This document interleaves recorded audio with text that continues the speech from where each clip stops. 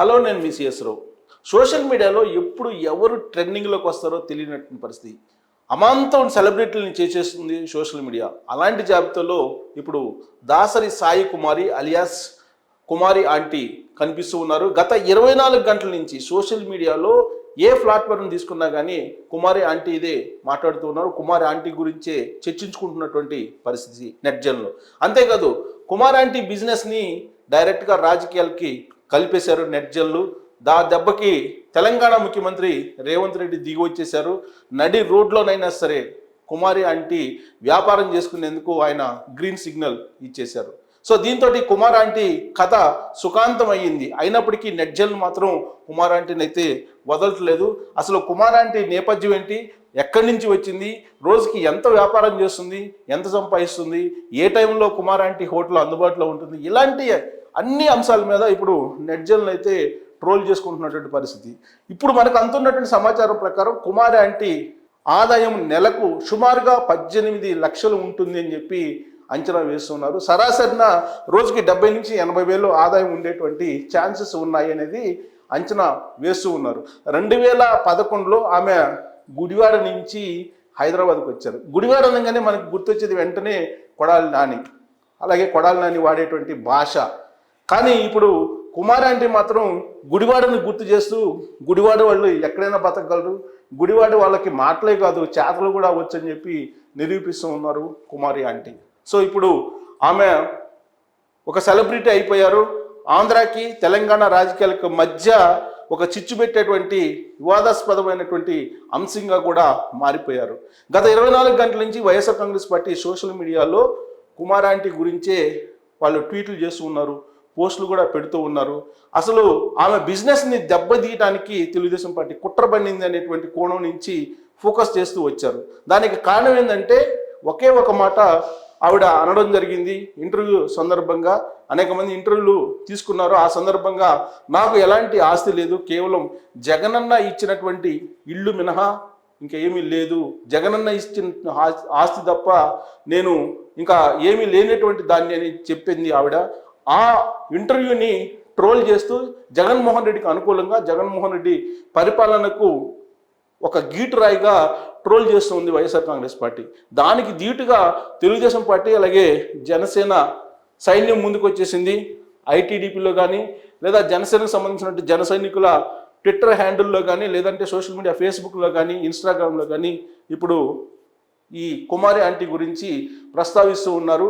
So రాజకీయంగా ముడిపెట్టేశారు. కేవలం కావాలని చెప్పి కుమారి ఆంటీ జగనన్నని పొగిడారు కాబట్టి తెలంగాణలో ప్రత్యేకించి హైదరాబాద్లో ఆమె వ్యాపారం చేసుకోకుండా చంద్రబాబు నాయుడే చేశారు. చంద్రబాబు నాయుడు రేవంత్ రెడ్డికి ఫోన్ చేసి కుమారి ఆంటీ బిజినెస్ను లేకుండా చేశారు అనేటువంటి ఒక దుమ్మెత్తిపోసేటువంటి ప్రచారం వైఎస్ఆర్ కాంగ్రెస్ పార్టీ చేసింది. దీంతో సోషల్ మీడియాలో అసలు ఏ సమస్య లేనట్టు ఇదే హైలైట్ కావడంతో తెలంగాణ ముఖ్యమంత్రి రేవంత్ రెడ్డి ఒక రకంగా అసలు ఏంటి ఆ సమస్య అని చెప్పి ఆరాధిస్తారు. ఆరాధిస్తే ఆమె మాదాపూర్లో ఉండేటువంటి మెయిన్ రోడ్లో కోహినీర్ హోటల్కి ఎదురుగా ఫుట్పాత్ మీద ఆమె బిజినెస్ చేస్తూ ఉన్నారు గత కొంతకాలంగా కూడా. సో ఆమె ఇప్పుడు దాదాపుగా రోజుకి 1 కింటా బియ్యం వండుతారని చెప్పి తెలుస్తుంది. అంటే ఎంతమంది వస్తారు ఆమె హోటల్కి అనే దానికి అదొక నిదర్శనం. సో కొన్ని వందల మంది అక్కడికి వచ్చినప్పుడు అక్కడ పార్క్ చేస్తూ ఉంటారు రోడ్డు మీద వాహనాలు. దాంతో ట్రాఫిక్ అంతరాయం కలుగుతుంది. ట్రాఫిక్ సమస్యతోటి అతలాకుతలం అవుతుంది హైదరాబాద్ అనేది అందరికీ తెలిసిందే. అలాంటిది ఫుట్పాత్ మీద ఇప్పుడు కుమారి ఆంటీ వ్యాపారాన్ని స్టార్ట్ చేసి కొన్ని వందల మందిని ఆకర్షించినటువంటి క్రమంలో అక్కడ ట్రాఫిక్ ప్రతిరోజు జామ్ అవుతుంది. దీంతో పోలీసులు పరిశీలించి ఆ హోటల్ సీజ్ చేసి లేకుండా చేయడం జరిగింది. ఇది సోషల్ మీడియాలో మరొక రకంగా వైరల్ అయింది. జగన్మోహన్ రెడ్డిని ఆమె ప్రశంసిస్తూ జగన్మోహన్ రెడ్డి నాకు ఆస్తి ఇచ్చాడని చెప్పి చెప్పడంతో ఒక్కసారిగా టర్న్ అయిపోయింది, పొలిటికల్ టర్న్ తీసుకుంది. పైగా ఇప్పుడు ఎలక్షన్ టైం, ఈ ఎలక్షన్ టైంలో పొలిటికల్ టర్న్ తీసుకోవడం అనేది ఇప్పుడు అటు తెలంగాణలో ఉండేటువంటి రాజకీయ పార్టీలకి అలాగే ఆంధ్రప్రదేశ్లో ఉండేటువంటి రాజకీయ పార్టీలకి ఒక అస్త్రంగా కుమారి ఆంటీ మారిపోయారు. మరోవైపు బీఆర్ఎస్ పార్టీ కూడా ఎంటర్ అయింది. BRS party PR stunt Revanth రెడ్డిది అని చెప్పి వాళ్ళు మరొక రకంగా ట్రోల్ చేస్తూ ఉన్నారు. సమస్యను సృష్టించడం రేవంత్ రెడ్డి, సమస్యను పరిష్కరించడం ఆయనే అనేటువంటి యాంగిల్లో దీన్ని ఒక పిఆర్ స్టంట్గా క్రియేట్ చేస్తూ ఇప్పుడు బీఆర్ఎస్ పార్టీ సోషల్ ప్లాట్ఫామ్స్లో వైరల్ అవుతున్నటువంటి సమస్య. ఈవెన్ ఆ సమస్యను పరిష్కరించిన తర్వాత కూడా రేవంత్ రెడ్డి ఆ సమస్యను పరిశీలించి పరిష్కరించమని చెప్పి పోలీసులు చెప్పారు. పోలీసులు కూడా ఇప్పుడు అక్కడ మళ్ళా కుమారాంటి వ్యాపారం చేసుకునేందుకు గ్రీన్ సిగ్నల్ ఇచ్చారు. అంతేకాదు రేవంత్ రెడ్డి రేపో మాపో కుమారాంటి హోటల్కి వచ్చి ఆమె వండి పెట్టేటువంటి ఆహారాన్ని పరిశీలిస్తారు, ఆమె ఫుడ్ ఎంత టేస్ట్గా ఉంటుందో చూస్తారు అనేది కూడా ఇప్పుడు ట్రోల్ అవుతుంది సోషల్ మీడియాలో. సరిగ్గా రేవంత్ రెడ్డి రెస్పాండ్ కావడంతో బీఆర్ఎస్ సోషల్ మీడియా ప్లాట్ఫామ్స్లో పిఆర్ స్టంట్ బయటకు వచ్చేసింది. సో ఇంతకీ అసలు ఏం జరిగింది గ్రౌండ్ లెవెల్లో అనేది మనం విజువల్స్ ద్వారా పరిశీలిద్దాం. ఇది ఐటీసీ కోహినూర్ హోటల్ కనిపిస్తుంది, ఇక్కడ మీకు క్లోజప్లో చూడొచ్చు. సో ఇక్కడ మీరు విజువల్స్ గమనిస్తే కనుక ఆ కోహినూర్ హోటల్ ఎదురుగా ఉండేటువంటి రోడ్లో మొత్తం ట్రాఫిక్ ఉంటుంది. ఇక్కడ ఇది ఎగ్జాక్ట్ స్పాట్ చూడండి, వెహికల్స్ ఏ విధంగా అడ్డుపెట్టారు. వెహికల్స్ రోడ్లకి దాదాపుగా సగం ఆక్రమించేశారు. సో ఇక్కడ ఇలా పోతూ ఉంటే ఇక్కడ చూడండి ఫ్రీజ్ చేసాము, ఇక్కడ హోటల్ ముందు ఉన్నటువంటి వెహికల్స్ దాదాపు సగం రోడ్డుకు పైగా ఆక్యుపై చేశారు. సో మిగతా అసలు హోటల్ ఎక్కడ ఉందో చూద్దాం ఇప్పుడు. సో చూడండి హోటల్ చూడండి, మా విజువల్స్ కూడా చాలా క్లియర్గా ఇది హోటల్, ఇక్కడ హోటల్ ఇది ఎగ్జాక్ట్గా హోటల్. ఇక్కడ ఫ్రీజ్ చేయండి, ఇక్కడ ఫ్రీజ్ చేస్తే ఇప్పుడు మీకు హోటల్ కనిపిస్తుంది. అటువైపు నుంచి వచ్చు, అటువైపు ఏమో జనాలు ఉన్నారు మొత్తం రోడ్డుకి అడ్డంగా. ఇక్కడ హోటల్ ఉంది, ఈ హోటల్ దగ్గర జనాలు ఉన్నారు. సో అక్కడికి వచ్చేటువంటి జన తాకిడి ఏ విధంగా ఉంటుంది కూడా చూద్దాం. ఒకసారి ప్లే చేస్తే జనం తాకిడి ఎలా ఉంది కూడా మనకు అర్థమవుతుంది. సో ఇదిగోండి ఇంకో బాక్స్లో మనం చూస్తున్నాం జనం తాకిడి. కుమారాంటి వడ్డిస్తున్నారు, ఎగబడుతున్నారు జనం. తెలుగు భాషలో పచ్చిగా చెప్పాలంటే ఎగబడుతున్నారు అక్కడ.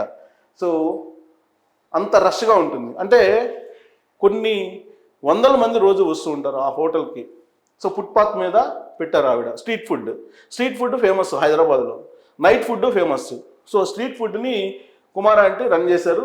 టైమింగ్స్ కూడా ఎగ్జాక్ట్గా మధ్యాహ్నం 12 గంటల నుంచి సాయంత్రం మ్యాక్సిమం 4, ఈ 4 లోపే ఆమె క్లోజ్ చేస్తారు.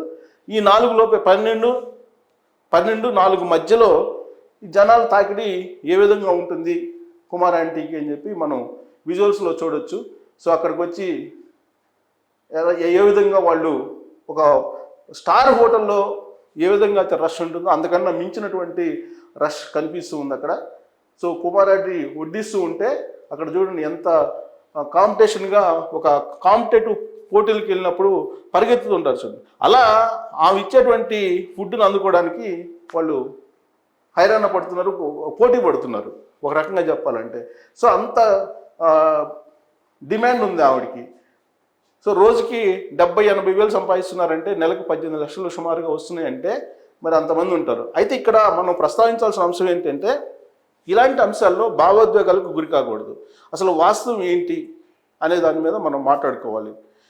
దీనికి ఈ మధ్యకాలంలో సోషల్ మీడియాలో వచ్చినటువంటి ఒక పోస్ట్ విషయం కూడా చెప్తాను నేను.